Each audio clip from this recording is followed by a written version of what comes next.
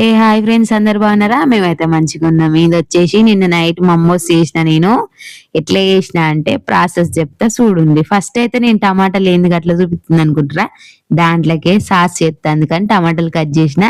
అయితే ఫ్లవర్ లెక్క వచ్చింది కదా, చూపియాలి మా ఫ్రెండ్స్ కన్నడగా చూపించిన. ఓకేనా?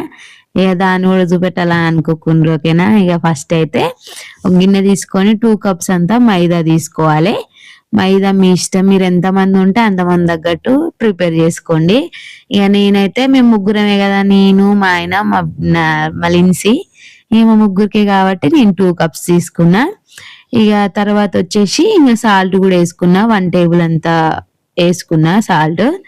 ఇక నెక్స్ట్ వచ్చేసి పాలు పోసిన. పాలు పోస్తే జర స్మూత్ వస్తాయి అని అంటే ఇక స్మూత్ గా రానికని పాలు పోసిన. అవి కూడా ఒక కప్పు తీసుకున్న పాలు. ఇక మొత్తం కలిపిన తర్వాత ఇక కొద్దిసేపు అంటే ఆయిల్ పోసుకొని అది కూడా కలుపుకొని మంచిగా ఒక 10 మినిట్స్ అట్లా మనం ఇప్పుడు స్టఫ్ ప్రిపేర్ చేసుకోవాలి కదా, అది ప్రిపేర్ చేసుకునేంత సేపు నాననియాలి, పక్క పెట్టుకోవాలి.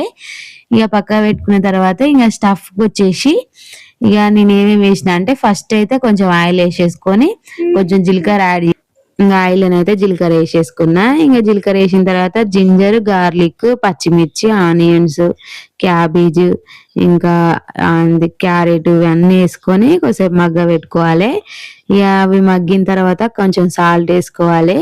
సాల్ట్ వేసుకొని ఒక 20 మినిట్స్ అట్లా మగ్గ పెట్టుకోరి. నాకైతే ఇది చేసుడేమో కానీ దాదాపు ఒక 2 అవర్స్ పట్టింది ఫ్రెండ్స్ ఈ మమ్మోస్ గానికి. ఇక కట్టింగ్కే 1.5 పట్టింది కటింగ్ చేయనికి. ఎందుకంటే సన్నగా కట్ చేయాలి కదా, కట్ చేస్తేనే మంచిగా ఉడుకుతాయి అన్నట్టు, టేస్ట్ కూడా మంచిగా ఉంటది. సన్నగా కట్ చేసుకోరి.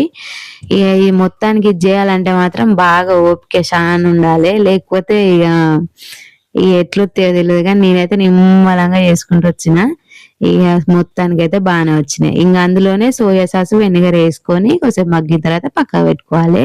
ఇంకా అదే ముక్కుడులోనే నేను కొంచెం ఆయిల్ వేసేసి టమాటాలు, ఎండుమిర్చి, ఎల్లిపాయలు వేసుకొని కొంచెం మగ్గిన తర్వాత వాటర్ వేసుకొని ఒక 10 మినిట్స్ అట్లా ఉడకబెట్టుకున్నా. ఉడకబెట్టిన తర్వాత అది కూడా స్టవ్ కట్టేసి ఇంకా నెక్స్ట్ ఇక మమ్మోస్ ప్రిపేర్ చేస్తాను. పిండి నానింది, మంచిగా నానిన తర్వాత చపాతీ లాగా చేసుకొని దాంట్లోనే స్టఫింగ్ పెట్టుకొని మంచిగా ఒత్తుకోవాలి.